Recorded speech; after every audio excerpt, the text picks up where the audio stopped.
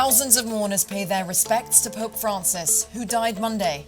150 university presidents sign a letter criticizing President Trump, saying he's overreaching when it comes to higher education. And New York City blossoms for an Earth Day Tulip Festival right in the heart of Manhattan. These stories and more coming up on CJS News.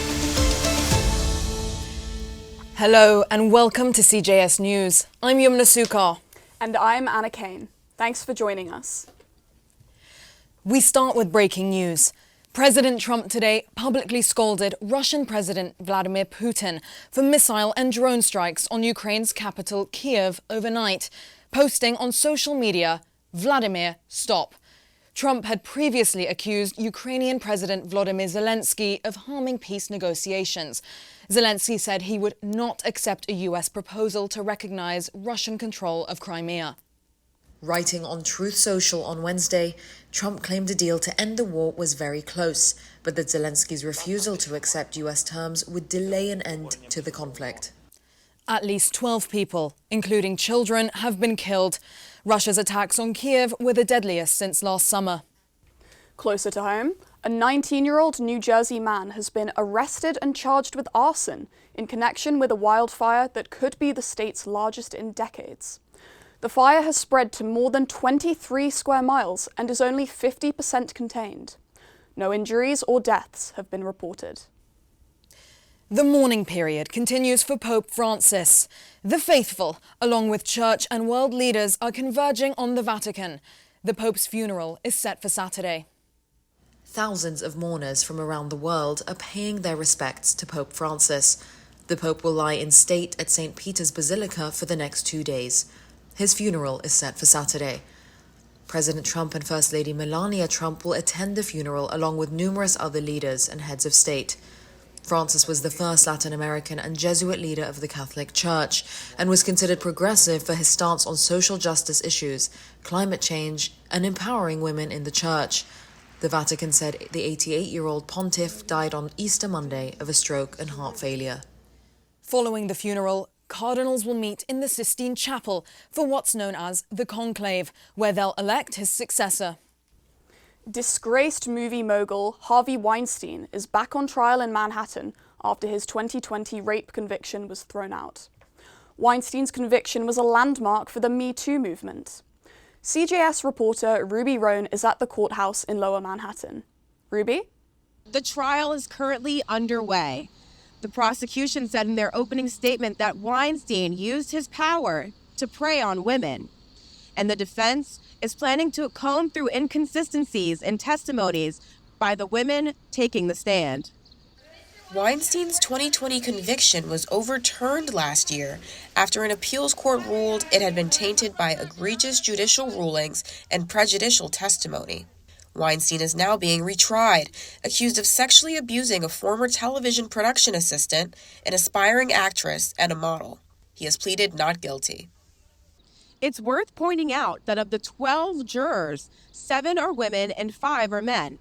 That's 2 more women than Weinstein's first trial 5 years ago.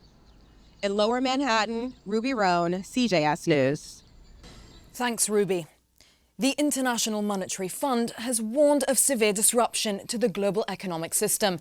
The IMF blames the disruption on President Trump's tariffs and high levels of uncertainty around consumer confidence.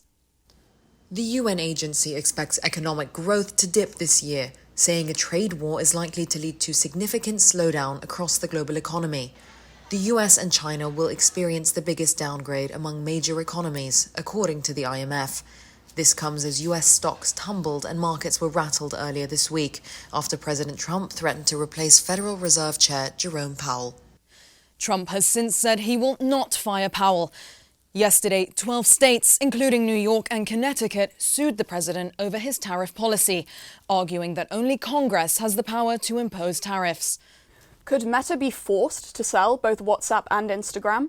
The tech giant is in court this week, facing an antitrust lawsuit by the Federal Trade Commission.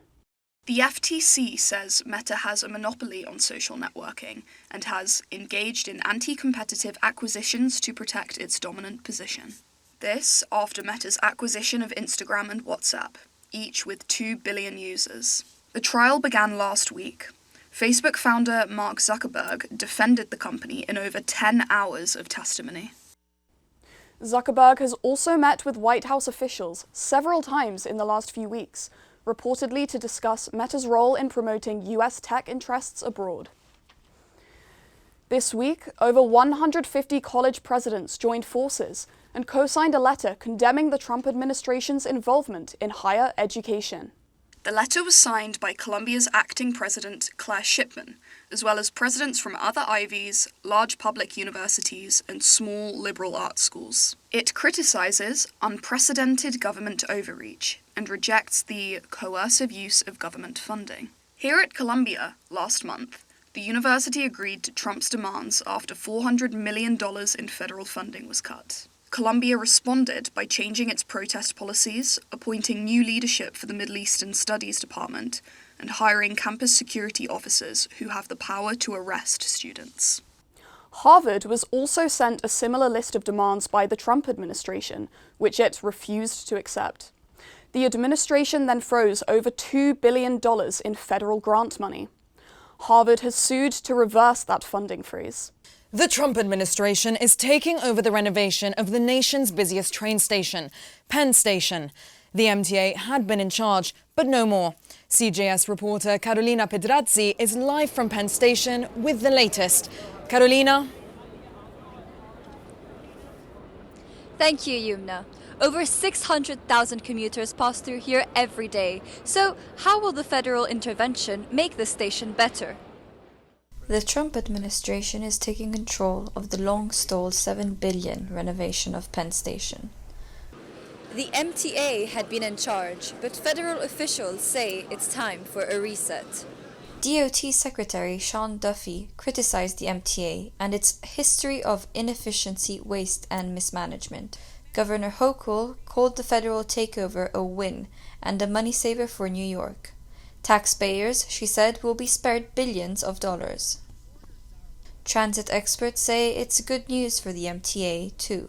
For us to be a blessing in disguise, for them it may turn out to be a lot more than they bargained for, The Grand Penn Community Alliance, an architectural non-profit with ties to Trump, submitted a project proposal which shows a classic design, an elevated public park, and the relocation of Madison Square Garden across the street. Some urban planners call that a logistical nightmare. Others say there's an even bigger problem. So the biggest problem with Penn Station isn't even in New York. It's the failing infrastructure that connects to the station. It's rush hour, and commuters do think that the station could use a renovation that makes it more functional. Penn Station and the whole NJ transit system could use some fixing. Yeah. Well, I guess as long as it helps the people go around easier. If it's for the benefit of the people who use the train, I guess it's good. Timetables actually matter. That would be a first start. The Grand Penn proposal is currently under review. If approved, it should take approximately 11 years to complete. Live from Penn Station, Carolina Pedrazzi, CJS News. Thank you for that report, Carolina. Anna? Flooding and rising sea levels could destroy thousands of homes in the metropolitan area in coming years. That's according to a new report that also says the solution to the problem lies partly in tackling the city's housing crisis. With our vertical video, CJS social media reporter Juliana Giacconi has more.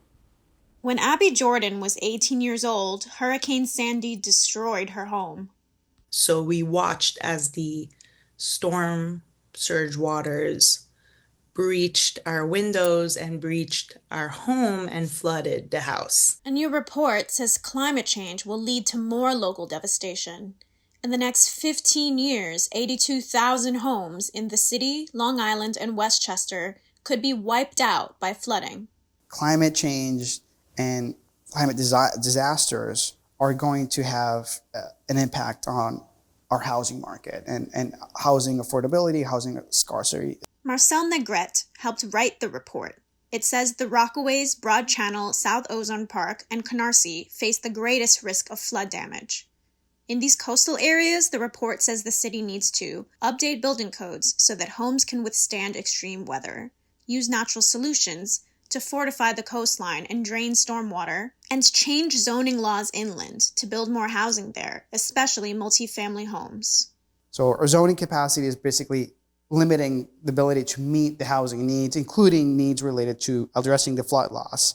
Negrete says strict zoning has been pushing housing development in coastal areas, and that's just not sustainable. But the coast has higher property values, which entices developers. In recent years, a little less than 14% of the houses built there targeted low-income households. They would much rather make another luxury housing development, like at One Ocean Drive out in Coney Island near Seagate, instead of fortifying or helping to raise the homes of people who already live here. In Brighton Beach, Juliana Giacconi, CGS News. Thank you for that report, Juliana. Yumna? Some sad news for pistachio lovers. Trends on social media have gone nuts for the bright green kernel, meaning you can expect to pay more as shortages sweep supermarkets. This year, pistachio prices have increased by nearly $3 a pound, in part because of last year's poor harvest. But economists also say they are growing scarce because they're in high demand. Pistachios have become a popular addition in certain chocolate bars, known as Dubai chocolate, a trend started by an Emirati chocolatier which boomed on social media apps like TikTok. Leading chocolate makers have created their own versions of the pistachio-filled bars, which is only worsening the shortage. And finally, we end with a tribute to Earth Day, which was this past Tuesday. CJS reporter Christine Stoddard joins us live on the Upper West Side, where she's taking time to stop and smell the roses, or in this case, the tulips. Christine? I'm at the West Side Community Garden for the spectacular Tulip Festival. Back in November, volunteers planted thousands of bulbs to have them bloom in time for Earth Day and pay homage to the birds and the bees. Meet beekeeper Nick Hofly.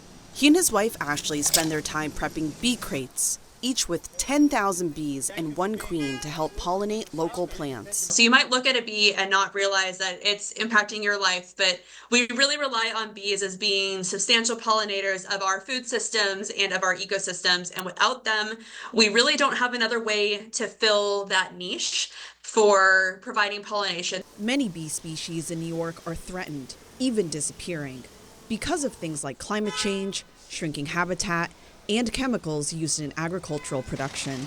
To help the bees make a comeback, the Hoflies sell their bees to anyone who will come to their Astoria shop to pick them up.